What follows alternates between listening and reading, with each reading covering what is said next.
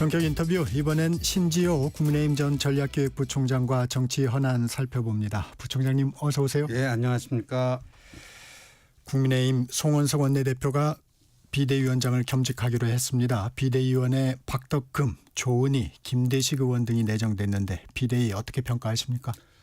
근데 지금 언론에서 나오는 평가 보니까 좀 긍정적인 평가는 별로 없는 것 같아요.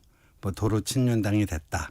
이런 평가가 주류를 이루는 것 같은데, 근데 이제 늦어도 8월 말까지는 전당대회를 개최해서 새로운 지도부를 구성하기로 했고, 송원석 원내대표 겸 비대위원장이 지금의 송원석 비대위를 이른바 관리형 비대위라고 규정을 했거든요. 네.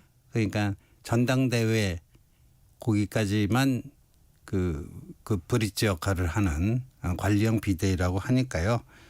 원만하게 이렇게 운영해 나가길 바랄 뿐입니다. 괜히 평지풍파 일으키지 않았으면 하는 심정입니다. 이 송원석 원내대표가 공언했던 혁신위 꾸려지는 건가요? 그런데 관리형 비대위에서 혁신위를 꾸린다라고 하면 이거 어폐가 있어요. 비대위가 역사적으로 보면 크게 혁신형 비대위가 있고 관리형 비대위가 있습니다. 네. 혁신형 비대위의 대표적인 사례는 2020년 4월 총선에서 크게 지고 나서 김종인 박사님을 비대위원장 모셔가지고 그때 한 1년 정도 김종인 체제가 진행이 되면서 여러 가지 개혁들을 했습니다. 그런 게 혁신형 비대위고요. 이건 지금 한 달 반이 될지 길어야 2달짜리인데 이거 스스로 관리형 비대위라고 하면서 거기서 또 혁신위원회를 만들어서 혁신위를 띄운다. 근데 어제 비대위원회가 평상시 때 최고위원회를 대체하는 기관 아닙니까? 근데 이것도 구인난이었던 것으로 알고 있거든요. 네. 그럼 혁신위원회를 꾸리면 그 사람이라도 제대로 채워 넣을 수 있을까 하는 생각이 들어요. 그러면 관리형 비대위라면 이제 전당대회 일정이 곧 나오겠네요. 그렇죠. 전당대회 일정 내고 만들고 공정한 선거 관리 이런 걸 해야지. 지금 계속 언론 보도에 의하면 송원석 비대위가 혁신위를 띄워서 거기서 현재의 지도 체제를 과거의 봉숭아 학당이라고 조롱을 받던 집단 지도 체제로 바꾸려고 한다. 이런 기사가 많이 나오거든요. 그런 거 하면 안 돼요. 이건 정말 평지풍파를 일으키는 일입니다. 지금 말씀을 하셨으니까 집단 지도 체제 이게 어떻게 달라지는 건가요? 이 당 대표의 권한을 줄이는 것이죠. 당 대표의 권한을 줄여서 현재는 당 대표의 정식 명칭이 당 대표인데 집단 지도 체제가 되면 대표 최고위원이 됩니다. 그리고 이제 당 대표를 뽑는 트랙이 있고 최고위원을 뽑는 트랙이 별도로 있는데 그래서 당내에서 흔히 메이저리그, 마이너리그 이런 표현도 쓰고 하는데 이게 이제 하나의 트랙으로 통합이 되고 1등이 대표 최고위원, 2등부터 5등까지가 그냥 최고위원이 되거든요. 그러다 보니까 이게 과거에 이제 봉숭아학당, 콩가루 집안 이런 비난을 많이 받았죠. 근데 지금 저희 당이 이 기존의 당 지도 체제 때문에 이렇게 나락으로 떨어졌습니까? 윤석열 전 대통령이 느닷없는 계엄, 그 이후에도 전혀 반성하지 않는 모습, 부정선거 옹호, 극우와의 전면 연대, 이런 것 때문에 이 당이 이렇게 망가졌지. 기존의 당 지도 체제 때문에 이 당이 지금 이 상황이 된 게 아니잖아요. 구주류에서 이 집단 지도 체제에 대한 목소리가 나온다는데 어떤 의도로 보세요? 그거는요. 지금 이른바 친윤 여전히 이 당내 주류입니다. 윤석열 전 대통령이 파면됨으로써 정치적으로는 좀비가 됐는데 친윤 그룹이 좀비인데도 이 당의 주류예요. 그게 이제 이 당의 현실인데 근데 그분들이 당 대표감이 없어요. 당 대표감이. 내세울 만한. 당 대표감이 없어요. 자신들을 대변할 당 대표감이 없어요. 그러니까 당 대표 권한을 확 줄여서 그런 집단 지도체들을 만들어 놓으면은 아무래도 친윤 그분들이 이 역할을 할 수 있는 공간이 그래도 좀 생기지 않겠는가 그런 뭐 정치공학적 계산에서 지금 이런 얘기도 하고 있다라고 봅니다. 그렇게 변화할 가능성은 얼마나 보세요? 집단 지도 체제로요. 네. 이거는 당헌 개정을 해야 되거든요. 당이 당의 헌법 아닙니까? 아니 지금 이 대통령을 5년 단임제에서 어떻게 뽑고 이것도 헌법 개정 사항이듯이 당 대표를 어떤 방식으로 뽑는가도 당의 헌법인 당헌 개정 사항입니다. 근데 이제 이 당헌 개정은요. 원래 전당대회를 열어서 해야 되는 겁니다. 우리가 헌법 개정할 때도 국회 3분의 2 동의 플러스 국민 투표 이게 다 있어야 되지 않습니까?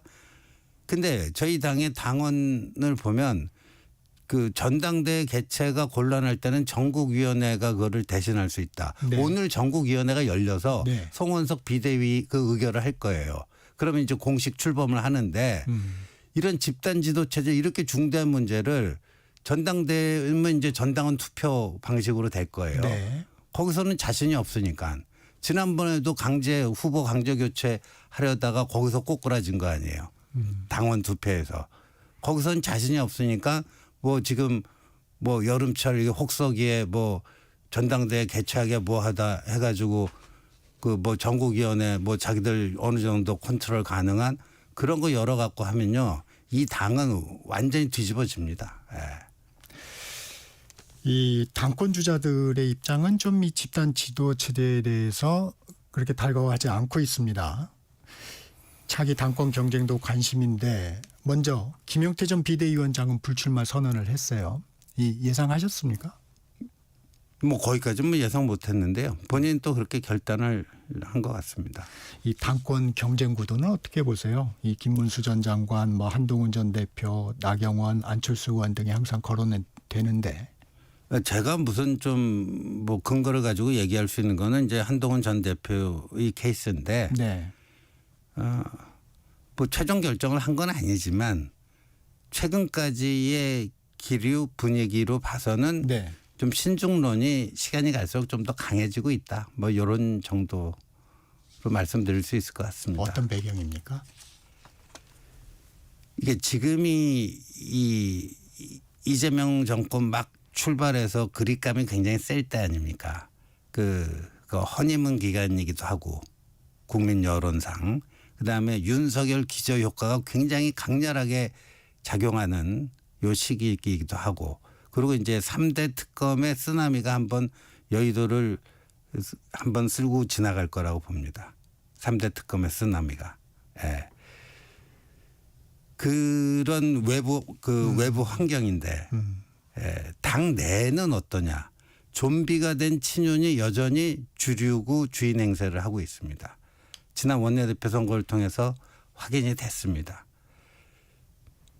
그러니까 이런 상황 속에서 과연 어떤 유의미한 일들을 당대표가 돼서 해낼 수 있을까 심각하게 고민 안 할 수가 없다라고 저는 봅니다. 근데 국민의힘 입장에서는 이번에 이제 당대표가 내년도 지방선거도 좀 지휘를 해야 되는데 네. 이런 상황에서 책임 있는 정치인이라면 국민의힘 정치인이라면 또 역할을 해야 되는 거 아닌가요? 그거는 원론적으로 맞는 말씀인데 이 정도까지 이제 당이 처참하게 망가졌으면은 기존의 그 기득권을 행사했던 분들이 좀 최소한의 양심과 염치를 가지고 좀 물러서는 그런 모습을 보여줘야 되거든요. 예, 전혀 그렇지가 않습니다. 좀 물러서고 그러니까 김용태 그 단순히 젊은 정치인의 뭐 좌절이다 이런 걸 떠나서 김용태 그 비대위가 왜 빈손으로 끝났는지 유일하게 성과를 거둔 게 윤석열 전 대통령 탈당 유도에서 그 성사시킨 거. 예. 그 정도. 그걸 성과로 꼽았죠. 예. 근데 당에도 전혀 그 김용태라고 하는 젊은 그 비대위원장이 다소 젊고 뭐 하니까 이제 조금 뭐 그 나이 드신 정치인들 볼 때 뭐 마음에 안 드는 구석이 있다지만 조금 넓은 마음으로 이렇게 좀 활동할 수 있는 공간을 만들어 줄 수 있었는데 전혀 허용하지 않잖아요. 네. 이 김영태 비대위원장 얘기가 나왔으니까 어제 퇴임 기자회견을 했는데 작심 발언을 했습니다. 국민의힘 개혁 점수는 빵점이라고까지 했는데 여러 메시지 가운데 좀 공감하신 부분 있으세요? 그 빵점이죠. 빵점도 뭐 어떻게 보면 후한 걸 수도 있는 게 더 뭐 퇴보하는 거 아니냐, 더 마이너스 아니냐, 뭐 이런 얘기도 할 수가 있다고 봅니다. 지금도 지적해 주셨지만 기득권이 당 변화를 막으면 국민의힘엔 미래가 없다는 말도 했어요. 그 기득권이요. 저희 당의 기득권은 지금 현재 보면 이제 3중 구조로 되어 있습니다. 네. 예. 아까 친윤이 있고요. 영남이 있고요. 그다음에 극우가 있습니다.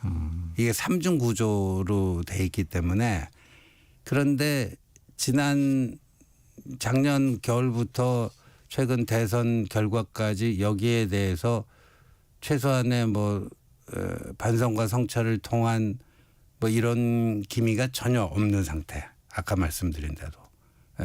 그런 상태로 이런 그 3중 구조의 기득권을 계속 유지하고자 몸부림을 치는 상태가 지금의 국민의힘의 상태다. 이렇게 봅니다. 보통 대선 큰 선거에서 지게 되면 쇄신, 혁신 이런 부분이 많이 나오는데 지금 국민의힘에서는 그런 걸 찾아보기가 좀 어려워 보입니다. 말로는 쇄신이라고 하는데 어떤 사람이 어떤 맥락에서 쇄신이라고 하는가에 따라서 그 뭐 변화와 쇄신 또 혁신 이런 단어가 그런 단어로 포장된 기득권 유지일 수도 있다라는 거죠. 안철수 의원은 백서라도 좀 만들어보자. 이 어떠한 처방이 나오기 전에 진단이 필요한 거 아니냐. 대선 패배의 백서를 좀 만들자. 이런 의견을 주장을 했는데 어떻게 생각하세요? 그 일리 있는 말씀이라고 보는데 근데 작년에 저희들이 그 총선 백서 만들면서 괜히 그 당내 불필요한 평지풍파를 일으켰거든요. 그러니까 백서를 만들더라도 좀 제3자적 그다음에 이 한국의 보수 정치에 대해서 그래도 애정을 가지고 있는 분들이 제3자적 시각에서 객관적으로 냉철하게 지난 그 1년을 평가해 줄 수 있는 그런 거라면 저는 의미 있다고 보는데 작년 총선 백서처럼 당내 어떤 계파가 또 그 주도권을 쥐고 그 당내 파워 게임을 위한 도구로서 그런 백서 제작을 하게 되면은 안 하니만 못하다 이렇게 봅니다. 이 전략 기획을 담당하셨었으니까 지금 국민의힘의 제1의 혁신 과제는 뭔가요? 그거 간단합니다. 6월 3일에 대선이 있었고 4일, 5일 양일에 걸쳐서 여러 기관에서 이른바 사후조사라는 걸 하지 않았습니까? 거기서 도출된 결론은 다 똑같습니다. 비상계엄 그거 굉장히 잘못됐다라는 거. 거기에 대해서 국민의힘은 석고대죄해야 된다. 국민들께. 두 번째 그 탄핵 반대하면서 뭐 개몽령인데 당연히 탄핵은 무효고 이건 뭐 탄핵 기각 또는 각하돼야 된다.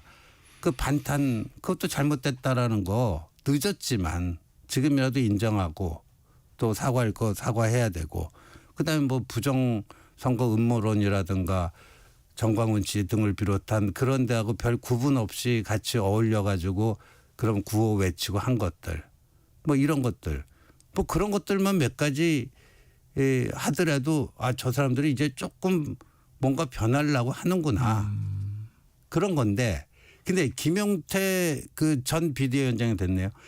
그분이 제시했던 그 5가지 개혁안 중에 탄핵 반대 당론 무효화가 지금 제가 말씀드리는 것 중에 하나인데 요건 기본 중에 기본이에요. 기본 중에 기본인데 이거조차 지금 송은석 원내대표가 선출되면서 그냥 유야무야가 된 거 아닙니까? 그 당원 투표를 통해서 하는 방법이 최선일 것이다 이렇게 얘기를 했었는데 왜 그것도 이루어지지 않은 건가요? 당원 투표를 하면 통과될 가능성도 있기 때문에 통과가 되면 그게 당론으로 결정이 되고 이 반탄이 잘못됐다는 걸 인정할 수밖에 없는 분위기로 가기 때문에 그거는 본인들 속된 말로 이제 기스나는 거 아닙니까? 예. 해법이 잘 안 보입니다. 네. 여야 대치 상황 좀 살펴보겠습니다. 민주당에선 김민석 국무총리 후보자 인준안을 오는 3일 처리하겠다는 입장입니다. 새 정부 첫 총리 후보자 여야 협조 가능해 보입니까? 뭐 현재로서는 어려울 것 같고요. 근데 이제 저는 뭐 국민의 이제 김민석 후보자가 여러 가지 뭐 흠결이 꽤 있고 좀 뭐 결격 사유도 있다라고 보는데 지금 국민의힘이 이제 이 김민석 후보자에 대해서 이제 인준 반대 네. 이게 크게 설득력을 못 얻고 있는 게 저는 이렇다면 정치는 철저한 상대 평가라고 봅니다. 네. 내가 누군가를 질타를 하려면 적어도 그 사람보다는 조금은 나아야 돼요. 예. 그래야 그 누군가를 향해서 그 질타를 했을 때 그 얘기가 설득력과 소구력이 좀 있는 건데 지금의 국민의힘의 상태는 뭐냐면 김민석 무슨 뭐 배추 농사하고 월 450만 원 세상에 그런 뭐 손오공 요술방망이 같은 게 어딨냐 이렇게 얘기해도 친절한 금자씨가 너나 잘해 뭐 이런 식이에요. 그러니까 이게 이제 메시지보다도 메신저에 대한 이 신뢰도를 회복시키지 않은 상태에서 공격을 한다. 그래서 제가 아까 계엄 탄핵 뭐 부정선거 네. 뭐 극우 이런 것과의 절연 그 깔끔한 정리를 해놔야지 그다음에 지금 김민석 후보자를 다룰 때도 이런 조금 그 힘이 좀 더 생기지 않나 그렇게 보는 거죠. 예. 이 국민청문회를 열었어요. 어제 그 국회 국민청문회 현장에는 배추도 쌓아놨던데 이게 여론전 효과 기대할 수 있을까요? 뭔가는 하고 있구나 하는 거는 또 보여주는 거고 근데 이제 버스 지나가는데 손은 드는 듯한 좀 실효성은 좀 없어 보이는 오늘도 뭐 용산에 가서 의원총회를 연다고 해요. 네. 하는데 뭐 어제 이제 배추 그 20포기 쌓아놓고 국민청문회 한 거랑 비슷한 모습인데 이제 그러니까 국민의힘이 지금 할 수 있는 게 별로 없어요. 네. 없는데 이제 어제 아침에 재밌는 기사를 봤는데 네. 지금 여기 KBS 전격 시사처럼 아침에 하는 그 시사 프로그램에 국민의힘 의원들이 출연 섭외를 해도 잘 응하지를 않는다는 거예요. 네네. 근데 의석수도 비교할 수 없을 정도로 열세고 지금 전체적인 사회 분위기도 그런데 그럼 유일하게 비빌 수 있는 언덕이 여론전 아닙니까? 그럼 뭔가 좀 열심히 준비해 와서 마이크 드리겠습니다 하는데 감사합니다 하고 뭔가 또 좀 해야 되는데 네. 그것마저도 지금 마다하고 있는 게 국민의힘의 현실이다 이렇게 보여집니다. 예. 저도 그 기사를 읽었는데 할 말이 많이 없다 뭐 이런 얘기들을 하시더라고요. 네. 추경 상황도 좀 살펴보겠습니다. 국민의힘에서는 들러리가 되지는 않겠다는 입장입니다. 추경 협상 전망은 좀 어떻습니까? 근데 이것도 뭐 비슷할 것 같아요. 예. 예, 비슷한데 결국은 뭐 민주당이 원하는 대로 뭐 통과가 되지 않겠나. 근데 여기서 이제 국민의힘이 할 수 있는 역할이 무엇인가? 그리고 아직까지요. 국민의힘은 윤석열 전 대통령이 거부권 행사하던 그때랑 지금 180도 달라진 거 아닙니까? 그 새로운 상황에 아직 충분히 적응을 못하고 있는 것 같아요.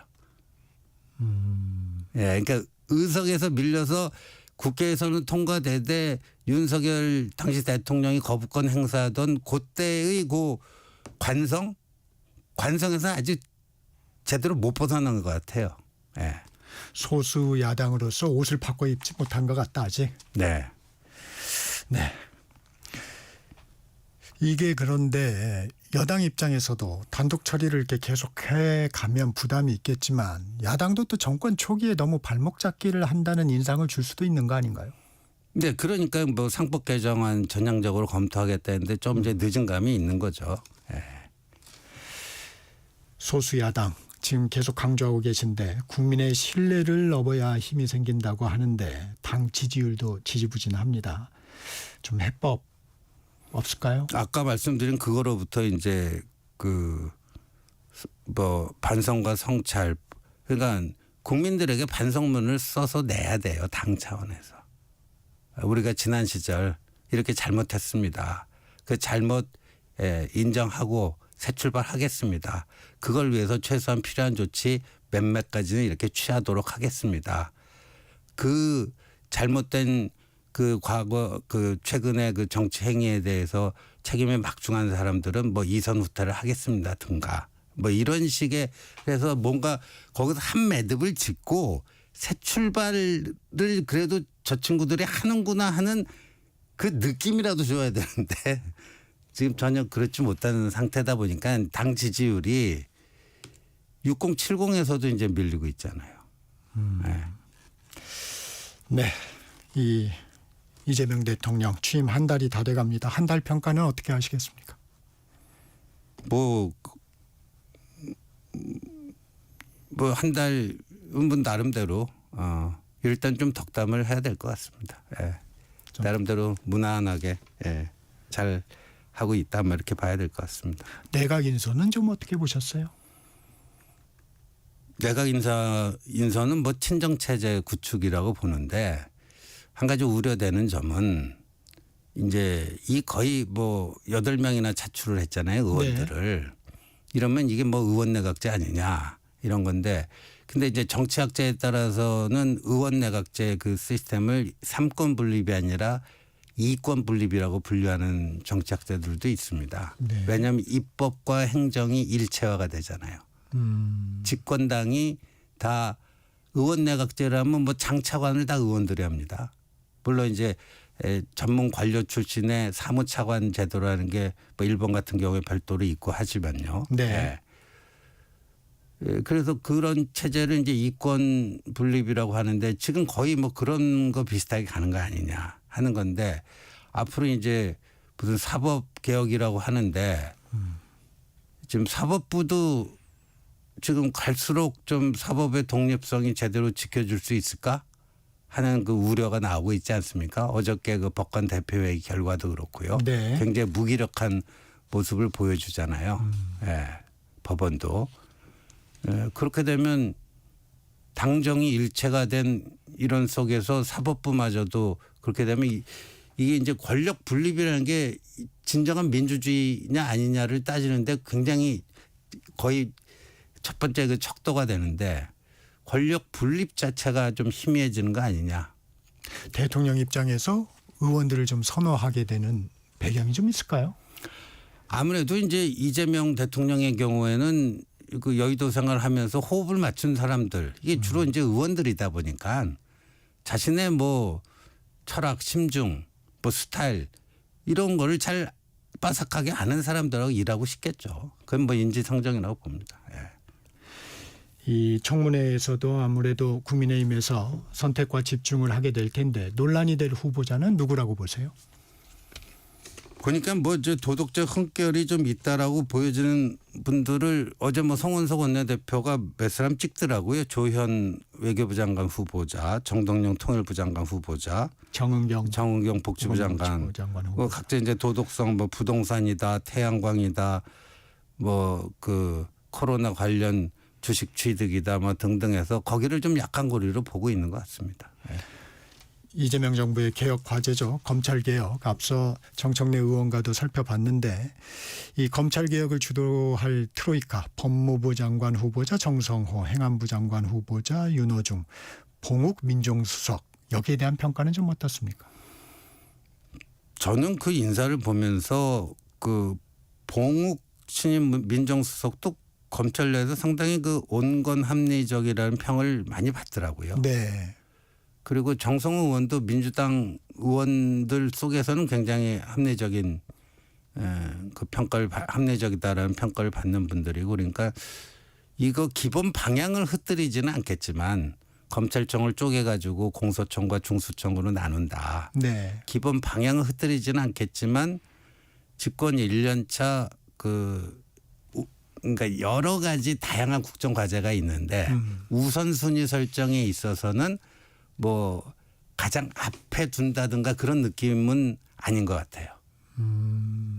그리고 검찰 전체를 개혁 대상화하는 것보다는 봉욱 수석 같은 그 검찰 고위직 출신을 그 수석으로 민정수석으로 기용하면서 아마 이 이재명식 검찰 개혁에 찬동하는 검사들이 조금 형성되지 않을까.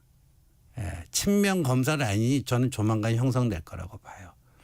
인선으로 봤을 때는 밀어붙이기식보다는 이 우선 과제는 아닌 것 같다. 최우선 과제는 아닌 것 같다는 느낌을 받았어요. 그리고 조금 속도 조절하려고 하는 거 아니냐. 그리고 검찰 전체를 적대시하는 게 아니라 검찰의 일부 세력은 우군화해서 그 또 개혁 동력으로 삼으려고 하는 거 아닌가 그런 느낌을 받았습니다. 네, 특검 수사도 살펴보겠습니다. 내란 특검팀 윤석열 전 대통령과 출석일을 둘러싼 신경전. 이건 좀 어떻게 보고 계십니까? 이건 좀 제발 이렇게 좀 안 하셨으면 좋겠다는 느낌이에요. 뭐 그 비상계엄에 대해서도 국민들께 제대로 사과도 안 하고 오히려 계몽령이다. 뭐 이렇게 그 당당하게 헌재에서도 뭐 이렇게 얘기하시고 그랬으면 이 수사 과정에도 좀 당당하게 임해 주셨으면 하는 마음입니다. 예. 국민의힘에서는 공식 논평이 나오지 않고 있어요. 뭐라고 내기도 힘들 것 같은데요. 예. 오늘 출석을 안 하면 특검은 한 번은 더 출석 일자를 통보하겠다는 입장입니다. 네. 그리고 뭐 또 불응하면은 뭐 형사소송법 절차라는 게 체포영장 발부받아서 신병 확보 들어가겠다는 건데, 그러니까 저는 뭐 윤석열 전 대통령께서 본인이 떳떳하시면 마지막까지 이렇게 그래도 그 본인을 지지하고 했던 분들을 실망시키는 거는 좀 안 했으면 하는 심정입니다. 마지막으로. 예. 이 얘기 아까 전에 잠깐 언급을 해 주셨지만 이 전국 법관대표회의 재개됐지만 이 상정 안건이 모두 부결됐어요. 이는 어떻게 보셨어요? 그러니까 아까 말씀드린 것처럼 뭐 어떤 정권이 들어서든 간에 사법부는 사법부로서 상권 분립 이 나라에서 뭐 본인들의 해야 될 역할을 하면 되는데 제대로 된 논의조차 이루어지지 않고 무기력하게 그 회의가 종료되는 이걸 보면서 과연 지금의 이 법원이 사법 독립을 지켜낼 만한 의지와 역량이 될까 하는 그런 그 의문을 갖게 됐어요. 네, 오늘은 여기까지 들어야 될 것 같습니다. 지금까지 신지호 국민의힘 전 전략기획부총장이었습니다. 고맙습니다. 네, 고맙습니다. 정격시사 2부 마칩니다. 전한